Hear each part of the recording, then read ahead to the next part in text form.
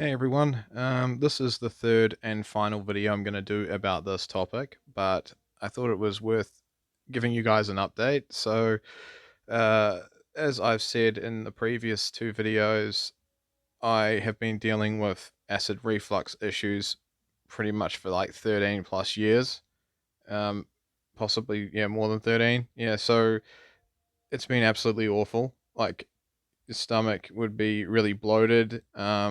Just bending over and tying my shoes, like stomach acid would shoot up my throat. I deal with this day in day out. It didn't matter like what I ate or anything. Um, and every time I go to sleep at night, it would burn. It was absolutely awful, and it's been absolute 13 years of absolute hell. And I'm hoping that with this video, I might be able to help other people out that are also having the same sort of issues. Um, so my doctors didn't pick up on it at all. They just gave me omeprazole, this drug that is used to make your stomach acid lower, so you don't get it shooting up your throat. Um, I was on it for 13 years, and for the recommended amount of time to be on it is 3 years. So that's like 10 years over, and no one spoke about it. I think it might have been one nurse, I think, was kind of concerned about it once, and that was about it. But then nothing sort of came of it. So pretty much, I was on this drug for, yeah, 13 years. And then I got to a point where I was feeling dizzy and um, like sick, dizzy, and to the point where I woke up one morning and I couldn't even get out the door frame of my bedroom. I ended up walking into it. Uh, I was pretty much in panic mode because I just didn't know what to do. Like my sister took me to the hospital, and yeah, I was having massive head spins. Couldn't even walk. It was awful, and it was the omeprazole doing it the whole time. They thought it was just down to like maybe a migraine or something, but I didn't have a headache. I don't get headaches, at least not often. So yeah, I didn't have a headache. I didn't have like sort of distorted vision or anything like that, or any more than usual. um, but basically, yeah. So it was kind of like, what's going on? And they just kind of gave me this stuff to kind of up, like sort of boost my electrolytes type thing. So they gave me that, and then they sent my ass home. And then like after obviously they waited to see if I was better, and then I get home and that, and like everything's all right. I'm taking these like every time I feel like I'm a bit woo woo. I would take these drinks that I got from the pharmacy that would like boost my electrolytes, not knowing that the problem was actually the omeprazole. And so it took a while for me to realize that the omeprazole was the thing that was actually doing it, because the side effects of the omeprazole, they do not list dizziness. You have to really dig for it. It is there. You have to dig for it. Another thing is uh, my heart was beating really fast at nighttime, to the point where I was like, I honestly thought I was going to have a heart attack. Now I got heart disease in my family, so obviously dizziness and heart problems is like another thing. Everyone was kind of expecting the worst, myself included. Um, So yeah, but it turned out that omeprazole was doing it all. And long story short, anyway, well, I just made it longer. But yeah, basically, I just went off the omeprazole cold turkey, and uh, I was still experiencing issues with burning. I just dealt with it on a day to day basis, minute by minute, hour by hour.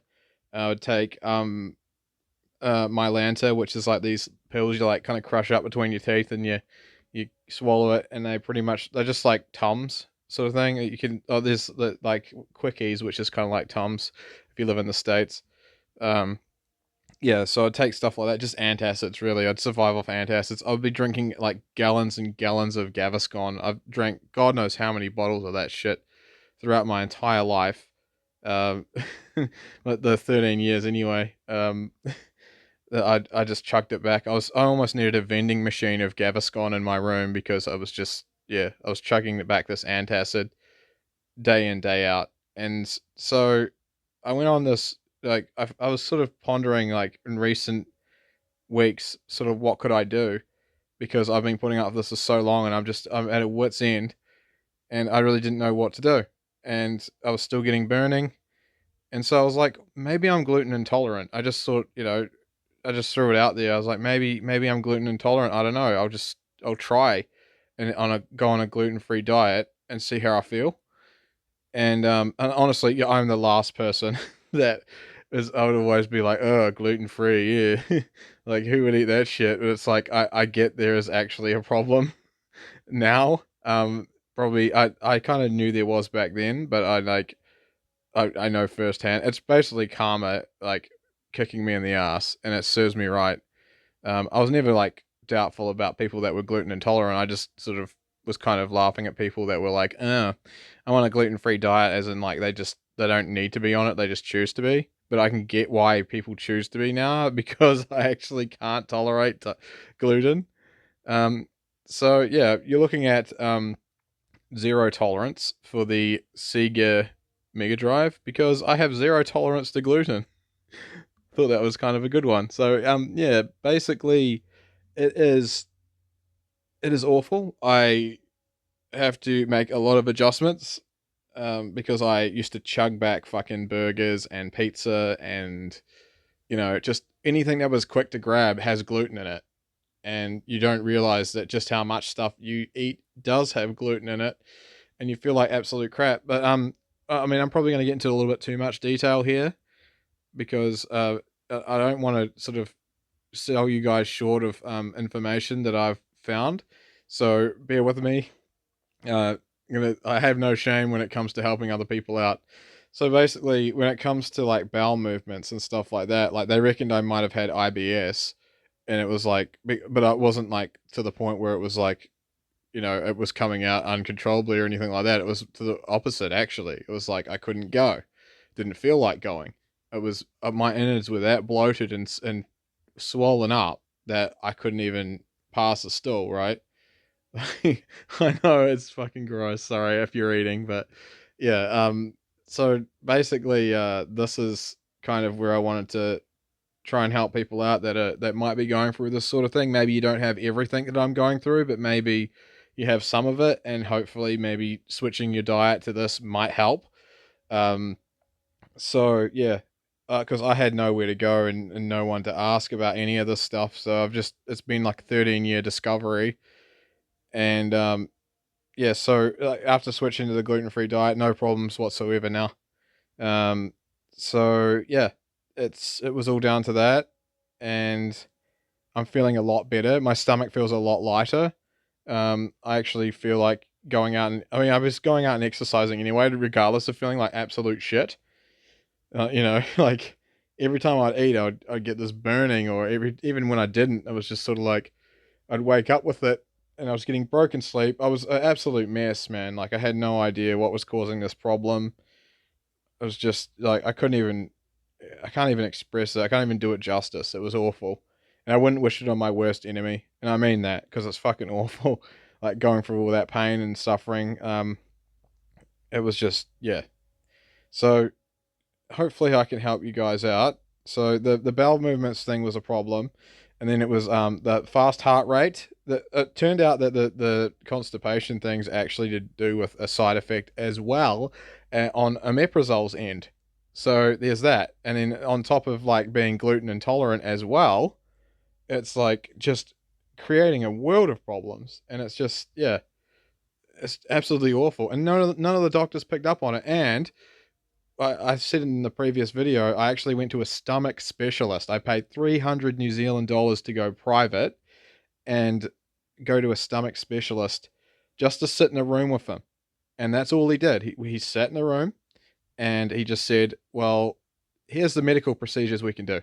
He didn't even look at my stomach. He didn't even like scan it. He didn't touch it. He didn't even put me on a bed and have a look, you know, at my stomach at all or listen to it.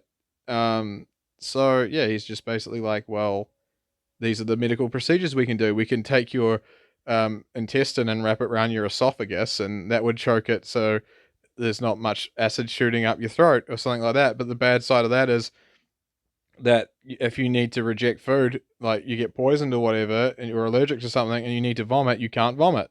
So what's that? You choke on it and you die. And imagine the pills you would have to go on for that procedure as well. Like, it blows my mind. Like, imagine if I had gone with that, trusting these doctors. Absolutely incredible. Like, it just blows my mind. And so, like, I was on that Omeprazole that didn't help me, and then I was on, like, he was trying to suggest I get this procedure done. He mentioned another couple of procedures, and it just all went above my head because I was just too busy thinking about that one, uh, being autistic. I was just kind of like focused on that first one he said, and thinking, "Damn, you're really gonna rip my guts out and put it around my fucking neck?" Like, not rip it out, but you know what I mean. Like, wrap it around my esophagus. Like, what the hell? Like, what do they call that? Um, so yeah, it was just down to a diet. It was down to something as simple as a diet that needed to be changed. And over 13 years of doctors and doctors and doctors, like seeing so many of them. And I'm not a hypochon. Like, I barely go get medical help, even when I'm really fucking. I have to be really, really bad before I end up going. In fact, to the point where my sister actually had to take me into the hospital herself because I never even wanted to bother anyone enough to go when I was feeling dizzy with the omeprazole issue. Um, so yeah, I couldn't even, I couldn't anyway because I was just that munted, man. But yeah, so I just thought I'd share this with you guys. Hopefully, it's given you some sort of insight into how gross I am now, into how into sort of hopefully helping you if you're having any issues like this, because it might be down to something as simple as just changing your diet to gluten free. Now, this has been a big lesson for me to learn because I've like I said, I ate a lot of junk, like, not well, not a lot, but like, I'm not like a fat guy or anything, but like I ate like a lot of. I'm kind of chubby. I've lost a lot since the week that I've been doing this gluten free diet, but that's not the point. I'm not in it to lose weight. I actually just cannot tolerate it. My, like, stomach swells up. But yeah, it's actually it's helped me out a lot. I feel so much better, so much lighter in the stomach, and I've just got to learn sort of what foods I can have. So this is quite a lesson. I've got gluten-free bread. There's these gluten-free English muffins I just toasted earlier. I can still eat mayonnaise, which is good. Best Foods mayonnaise. Just always look on the back of the packaging. It's the hardest part. Just burnt my thumb on the toaster trying to get that out because I was so thin. I was like slicing it, and it like sliced way too thin, and like it broke in half, and I had to like try and fish it out of the toaster, and I burnt my thumb. But yeah. Oh, see, if I was a hypochon, I'd be like, oh, I'll go straight to the fucking go to the doctors for that. But no. Basically, yeah. So I've just got to find other foods. I can eat quiche, which is good. Mum makes a damn good quiche. um, yeah. So there's just, and it's kind of just switching like flour to like gluten free flour or something like that with some dishes, like rissoles and things like that. And still eat my steak dinners. I can't eat burgers. I don't know, depending on what's in it. But I'm probably, my niece's birthday's coming up, so I'm probably just gonna like grin it and bear it. Since I know what the problem is now, I can prepare, and I've got like my lanterns up the wazoo, so I can just kind of prepare and take them when I need them. But yeah, anyway, I'll leave it there. Thanks for letting me wind on, and hopefully I can help you. So hopefully more than your freaking doctor, or hopefully more than the doctors that I went to. So yeah, take care, everyone. It's a fucking mad world out there.